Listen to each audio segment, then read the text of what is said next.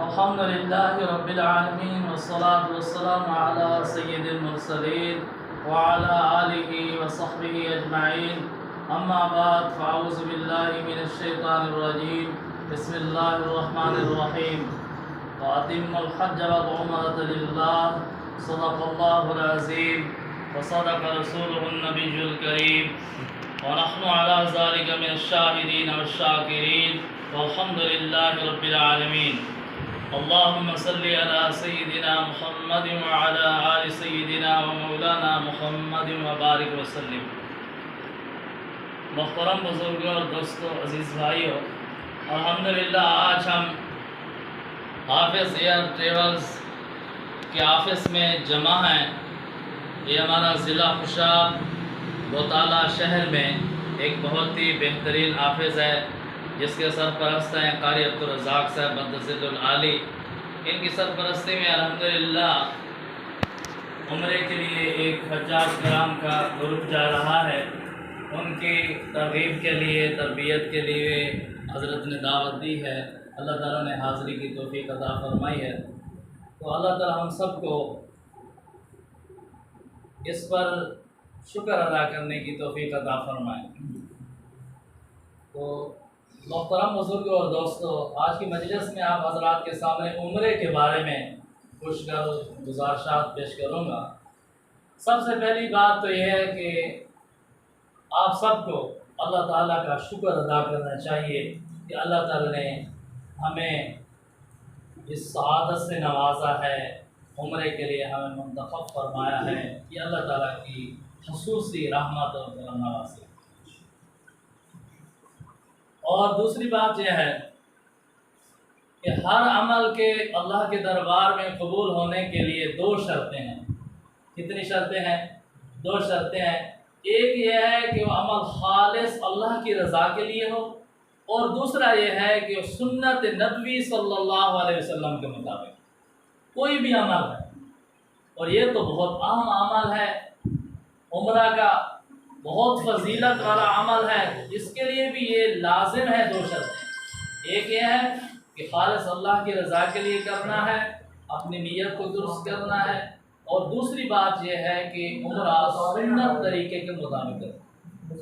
تو جب یہ دو شرطیں پائی جائیں گی تو انشاءاللہ اللہ کے دربار میں قبول ہو جائے گا. اور جب قبول ہو جائے گا تو پھر انشاءاللہ اللہ تعالیٰ کی رضا نصیب ہوگی اور ہمارا مقصد حاصل ہو جائے گا. تو عمرہ کرنا بہت آسان ہے اور اس کے بہت بڑے بڑے فضائل ہیں. حضور رحمت عالم صلی اللہ علیہ وسلم نے ارشاد فرمایا ہے، جس کا مفہوم ہے کہ ایک عمرہ دوسرے عمرے کے درمیان گناہوں کا کفارہ. ایک آدمی عمرہ کرتا ہے، اس سے پہلے عمرہ کیا ہے، تو اس درمیان میں جتنے گناہ ہو چکے ہیں عمرے کی برکت سے اللہ تعالیٰ سب گناہ معاف فرما دے. اور دوسری حدیث پاک میں ہے کہ آقا علیہ السلام نے ارشاد فرمایا ہے کہ یہ جو تین شخص ہیں جو اللہ کے مہمان ہیں، ایک عمرہ کرنے والا، دوسرا حج کرنے والا، اور تیسرا جہاد کرنے والا، یہ اللہ کے مہمان ہیں. اور جب اللہ کے مہمان ہیں تو اللہ رب العالمین کے میزبان ہیں. تو ہر میزبان اپنی وقت، اپنی حیثیت، اپنی شان کے مطابق مہمان نوازی کرتا ہے. اگر احکم الحاکمین ذات مہمان نواز ہوں، میزبان ہوں، تو پھر کیسی مہمان نوازی کریں. تو یہ بہت بڑی سعادت ہے کہ آپ اللہ کے مہمان بن کر جا رہے ہیں. اور آقا علیہ السلام نے ارشاد فرمایا، جس کا مفہوم ہے کہ جو شخص پے در پے حج اور عمرہ کرتا رہے تو اس پر کبھی تنگی نہیں آ سکتی، اور اس کی رزق کی برکت کا بھی ذریعہ ہے اور اس کی مغفرت کا بھی ذریعہ ہے. اللہ تعالیٰ اس کے رزق میں برکت عطا فرما دیتے ہیں اور اس کی رزق کی تنگی دور فرما دیتے ہیں، اور اللہ تعالیٰ اس کی مغفرت اور بخشش بھی فرما. حج مبرور کے متعلق آیا ہے کہ جو شخص حج مبرور کرے جب واپس آتا ہے تو ایسا ہے گویا کہ آج پیدا ہوا، یعنی اس کے ذمہ کوئی گناہ نہیں ہے، تمام گناہ اس کے دھل چکے ہیں. اور حج مبرور کیا ہے؟ حج مبرور یہ ہے کہ جو حج وہ عمرہ جو گناہوں سے پاک، جس میں گناہ نہ. تو اب آتے ہیں انشاءاللہ عمرے کے طریقے کے بارے میں کہ سنت طریقہ کیا ہے عمرہ کرنے کا، تو عمرہ کرنے کا سنت طریقہ یہ ہے کہ عمرہ میں صرف 3 چیزیں ہیں۔ کتنی چیزیں ہیں ہمیں؟ تو تمام حاجی حضرات تشریف فرما ہیں، تو آپ اس کو اچھی طرح یاد کر لیں کہ عمرہ کے لیے 3 چیزیں ہیں۔ ایک ہے عمرہ کی نیت کر کے تلبیہ پڑھ کر احرام باندھنا، اور دوسرا ہے بیت اللہ شریف کا طواف کرنا، اور تیسرا جو ہے وہ ہے کہ صفا مروہ کی سعی کرنا، صفا مروہ کے درمیان چلنا، اور اس کے بعد جو ہے نا پھر حلق کرانا ہے، قصر کرانا ہے، اور اس کے بعد احرام کرنا ہے۔ تو یہ 3 اعمال ہیں جو آپ نے غور کرنا ہے، ان کو سنت طریقے کے مطابق سر انجام دینا۔ تو سب سے پہلا عمل جو ہے وہ ہے احرام باندھنے کا۔ تو آپ نے احرام جو باندھنا ہے اس میں احتیاط رہی ہے کہ جب ایئرپورٹ پر پہنچیں تو ہوائی جہاز میں سوار ہونے سے پہلے آپ احرام باندھ لیں، اور احرام باندھنے سے پہلے سنت طریقہ یہ ہے کہ آپ غسل کر لیں، مسواک کر لیں، وضو کر لیں، اور اس سے پہلے آپ نے اگر حجامت بنوانی ہے تو بنوا لیں، ناخن تراش لیں، جو کچھ صفائی کرنی ہے کر لیں، کیونکہ احرام باندھنے کے بعد آپ یہ کام نہیں کر سکتے۔ تو پہلے سے تیاری کر لیں، اور اس کے بعد آپ نے جب احرام باندھنا ہے تو وضو کر کے اس کے بعد نیت کر لیں عمرہ کی۔ اللہم انی ارید العمرہ، اے اللہ میں آپ کی رضا کے لیے عمرہ کی نیت کرتا ہوں، یہ میرے لیے آسان فرما اور میری مغفرت کا ذریعہ ہے۔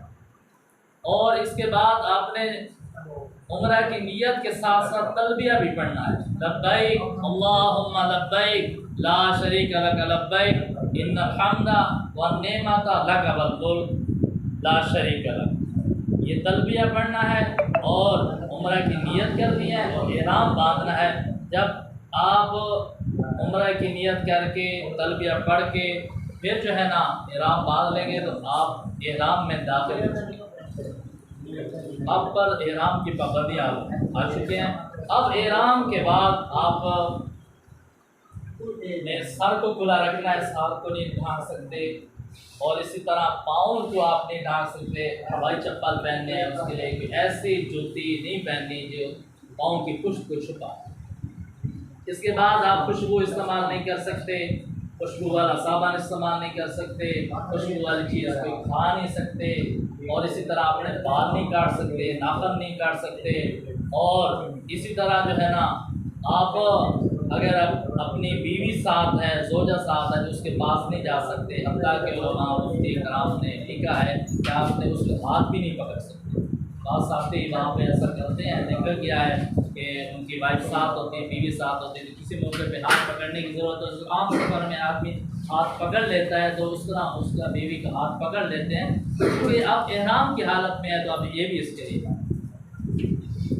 اور یہ ایک عمل ہو گیا احرام کا۔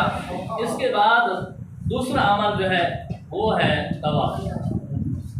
تو یاد رکھیں طواف کرنے کے لیے جب آپ بیت اللہ شریف میں پہنچیں گے تو سب سے پہلی بات یہ ہے کہ بیت اللہ شریف میں داخل ہونے کے لیے آپ ذہنی طور پر تیار رہیں، اللہ کی عظمت کو سامنے رکھیں، اللہ کی بڑائی کو سامنے رکھیں، اللہ کی قدرت کو سامنے رکھیں، اللہ کی محبت کو سامنے رکھیں، اللہ کی رضا کو سامنے رکھیں۔ یہ ایک کیفیت ہوتی ہے، اس وقت یہ کیفیت بنائیں، اپنا دل دماغ اللہ کی طرف متوجہ کر لیں، اللہ کی طرف متوجہ ہو جائیں۔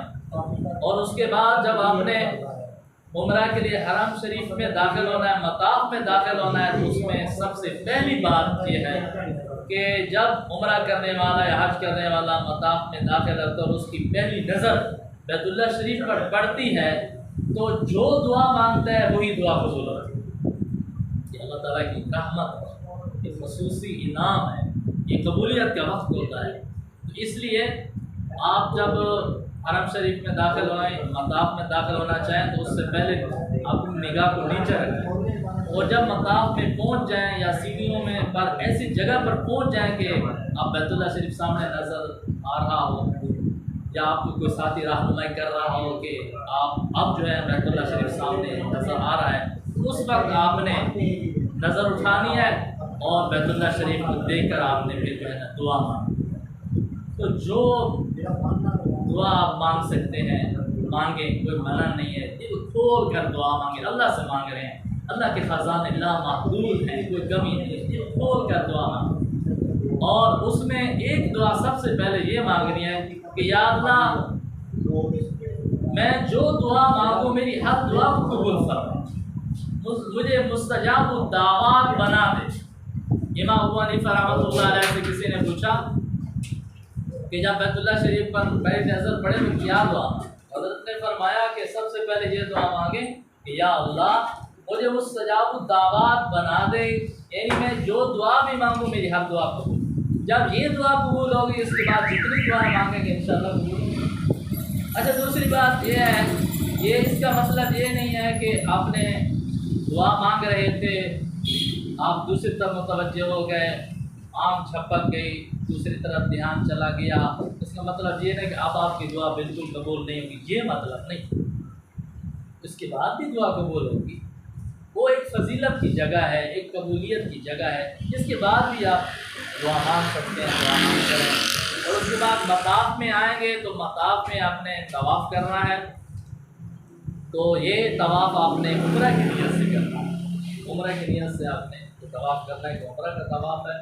اور طواف اس طریقے سے کرنا ہے کہ آپ نے بیت اللہ شریف پر جو حجر اسود لگا ہوا ہے اور اس کے سیدھ میں ایک گرین لائٹ لگی ہوئی ہے، سبز لائٹ لگی ہوئی ہے، تو ایک طرف سبز لائٹ ہے، دوسری طرف بیت اللہ شریف کے کونے پر حجر اسود لگا ہوا ہے، تو اس کی درمیان میں سیدھ میں آپ نے بالکل برابر جو جگہ ہے حجر اسود کی بالکل برابر اس کے پہلو میں، وہاں پہ آپ نے کھڑا ہو جانا ہے، اور وہاں پر آپ نے جو ہے نا اس عمرے کی طواف کی نیت کرنی ہے، اور وہاں سے آپ نے طواف شروع کرنا ہے۔ تو اس طواف کے 7 چکر ہوں گے، اسی گرین لائٹ کے سامنے سے حجر اسود کے سامنے سے آپ نے طواف شروع کرنا ہے، اور آپ چکر لگا کر پھر یہاں پہ آ جائیں گے تو ایک چکر مکمل ہوگا، پھر دوسرا مکمل ہوگا، اس طرح 7 چکر آپ نے مکمل۔ جب 7 چکر مکمل ہوں گے تو پھر آپ کا طواف ایک طواف مکمل ہوگا۔ اور طواف کرنے کا طریقہ کیا ہے؟ طواف کرنے کا طریقہ یہ ہے کہ طواف میں آپ نے اس طواف میں 9 مرتبہ جو ہے نا استلام کرنا، اور اس میں پہلا استقبال ہے۔ استقبال کا مطلب ہے کہ حجر اسود کے سامنے اس کے پہلو میں حجر اسود اور ایک طرف جو ہے نا گرین پٹی ہو، وہاں پر کھڑے ہو کر آپ نے تکبیر تحریمہ کی طرح ہاتھ اٹھانا ہے، اس طرح ہاتھ اٹھانے ہیں، اور ہاتھ اٹھا کر آپ نے جو ہے نا پھر پڑھنا ہے بسم اللہ اللہ اکبر وللہ الحمد، یہ پڑھ کر آپ نے طواف شروع کرنا ہے۔ اور اس کے بعد ہے استلام۔ استلام کا مطلب ہوتا ہے کہ حجر اسود کو بوسہ دیں یا حجر اسود کو بوسے کا اشارہ کریں۔ اگر آدمی قریب ہو تو حجر اسود کو آسانی سے اگر بوسہ دے سکتا ہے تو بوسہ دے لے، یہ بہت افضل ہے۔ اگر قریب نہیں ہے، دور ہے، رش ہے اور مشکل ہے، تو پھر اس کے لیے اشارہ کر کے آپ جو ہے استلام کر سکتے ہیں۔ اس کا طریقہ یہ ہے کہ آپ نے جس طرح آدمی حجر اسود کے دونوں طرف ہاتھ رکھ کر بوسہ دیتا ہے، اسی طرح آپ نے اشارہ کرنا ہے دو سے، جس طرح حجر اسود کو ہاتھوں کے درمیان میں ہو آپ نے اشارہ کرنا ہے، اور اس کے بعد آپ نے ان کو اپنے ہاتھوں کو چھونا ہے، یہ استلام ہوتا ہے۔ یہ استلام کر کے آپ نے پھر جو ہے نا طواف شروع کر دینا ہے۔ اور جب طواف شروع کرنا ہے تو اس میں آپ کا جو احرام ہوگا، احرام اس میں استباء کرنا ہے۔ استباء کا مطلب یہ ہوتا ہے کہ آپ کا جو دایاں کندھا ہے نا یہ کھلا ہے، یہ ننگا ہے، تو آپ نے جو دوسری اوپر والی چادر ہے اس کو دائیں کندھے کے نیچے سے گزارنا ہے اور بائیں کندھے کے اوپر ڈالنا ہے، تو یہ جو دایاں کندھا ہے نا یہ نظر آنا چاہیے، کھلا ہو۔ اور اس کے بعد یہ تو سارے طواف میں ہوگا۔ طواف کے 7 چکر ہوں گے تو پہلے 3 چکر جو اس میں رمل کرنا ہے۔ رمل کا کیا مطلب ہے؟ رمل کا مطلب یہ ہے کہ آپ نے تھوڑا پہلوانوں کی طرح جم کر قدم اٹھانا ہے اور تھوڑا اکڑ کے چلنا۔ یہ نبی کریم صلی اللہ علیہ وسلم کی سنت ہے۔ جب نبی کریم صلی اللہ علیہ وسلم تشریف لائے تھے عمرہ کے لیے تو آپ صلی اللہ علیہ وسلم نے اسی طرح عمل فرمایا تھا وہ پھر پوری امت کے لیے سنت مانتے ہیں۔ تو پہلے 3 چکر جو ہیں اس میں آپ نے یہ عمل کرنا ہے کہ دوڑنا نہیں ہے، جم کر چھوٹے چھوٹے قدم اٹھانے اور پہلوانی کی طرح جو ہے نا گندے آپ کے تھوڑے اٹھے ہوئے ہونے چاہیے، اکڑ کے تھوڑا چلنا ہے۔ اور جب 3 طواف کے 3 پہلے چکر مکمل ہو جائیں گے تو آخری 4 چکر اس میں پھر آپ نے رمل نہیں کرنا، اکڑ کے نہیں چلنا، عام روٹین کے مطابق آپ نے چلنا۔ اچھا ایک اور بات ہے کہ طواف کے لیے وضو شرط ہے، اگر وضو نہیں ہوگا تو یہ طواف نہیں ہوگا، وضو شرط۔ اب وضو کی ایک اور مسئلہ آ جاتا ہے کہ طواف کے دوران وضو ٹوٹ جائے تو پھر کیا کرنا چاہیے؟ اس کا حکم یہ ہے کہ آپ طواف کر رہے ہیں، اگر آپ کے 4 چکر مکمل ہو گئے، 5 ہو گئے، وضو ٹوٹ گیا ہے تو آپ وضو کر کے آ جائیں اور جہاں سے ختم کیا ہے وہاں سے جو چکر آپ کر رہے تھے پھر اسی کو شروع کریں۔ اور درمیان میں جو جہاں اس نے چکر چھوڑا تھا وہیں سے آگے شروع کریں، دوسرا چکر ابتدا سے شروع کریں، ابتدا سے کریں، وہ چکر اس نے شروع کیا ہے وہاں سے ابتدا سے، یعنی کہ حجر اسود کے سامنے نئے سرے سے دوبارہ سلام کر کے پھر سلام کرنے سے شروع کریں۔ آپ نے بوسا فرمایا کہ بوسا کرنا ہے، جی ہاں، تو ایک ہی دفعہ کرنا ہے یا 3 دفعہ؟ ہر چکر میں کرنا ہر چکر میں کرنا ہے، ہے، ہر چکر میں ایک دفعہ۔ اور جس سے 7 چکر پورے ہو جائیں گے نا پھر آخری استلام کر کے پھر آپ نے صفا مروہ کی طرف جانا، 2 دفعہ پڑھ کے۔ میرا جو سوال ہے اس کے بعد یہ میں نے ایک جگہ سنا ہے یہ پڑھا ہے کہ 3 دفعہ آپ کریں، ایک دفعہ 3 دفعہ۔ اور اس کے بعد اگر دوسرا مسئلہ یہ ہے کہ 3 چکر آپ نے لگائے ہیں اور پھر وضو ٹوٹ گیا ہے آپ نے بتایا تو پھر اس کو آپ نے نیا طواف شروع کرنا، نیا 3 چکر لگائے نا آپ نے، وضو ٹوٹ گیا، پھر وضو کر کے آئیں گے تو پھر دوبارہ پہلے چکر سے شروع کریں، 5 ہو 5 ہو گئے 4 ہو گئے تو پھر آگے کرنا ہے، آگے پیچھے۔ اور دوسرا آپ نے بتایا دائیں تو ننگا کرنا ہے، وہ حجر اسود کو بوسا دینے کے بعد کرنا ہے یا پہلے کرنا ہے؟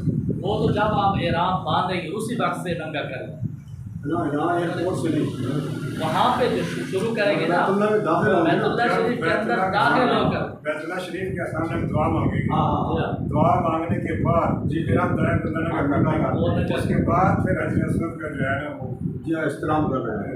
اسی وقت سے آپ نے ابتدائی پہلے چکر سے جب پہلا چکر شروع اس وقت سے آپ نے یہ استوا کرنا ہے کہ ایک اندھا آمینہ کرنا ہے۔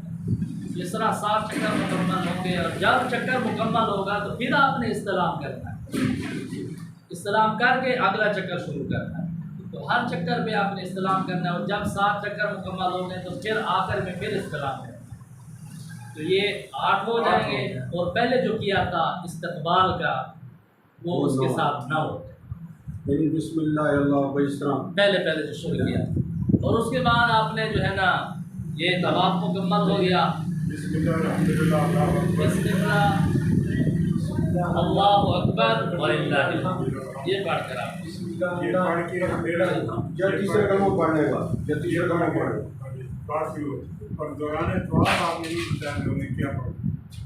دوران طواف آپ کوئی بھی دعا مانگ سکتے ہیں کیونکہ یہ مانگنے کا موقع محل ہے، کوئی بھی دعا پڑھ سکتے ہیں، جو دعائیں آپ کو یاد ہیں عربی کی قرآن پاک میں جو ہیں جو آتی ہیں وہ پڑھیں، بہتر ہے جو جس پاک میں آتی ہیں وہ پڑھیں، اس کے علاوہ اپنی زبان میں بھی دعا مانگ سکتے ہیں اپنی حاجت کے لیے، تو قرآن پاک کی تلاوت کی بھی اجازت ہے، ذکر کی بھی اجازت ہے۔ آپ جو ہے نا حجر اسود سے جب طواف شروع کریں گے تو آپ تیسرا کلمہ پڑھیں،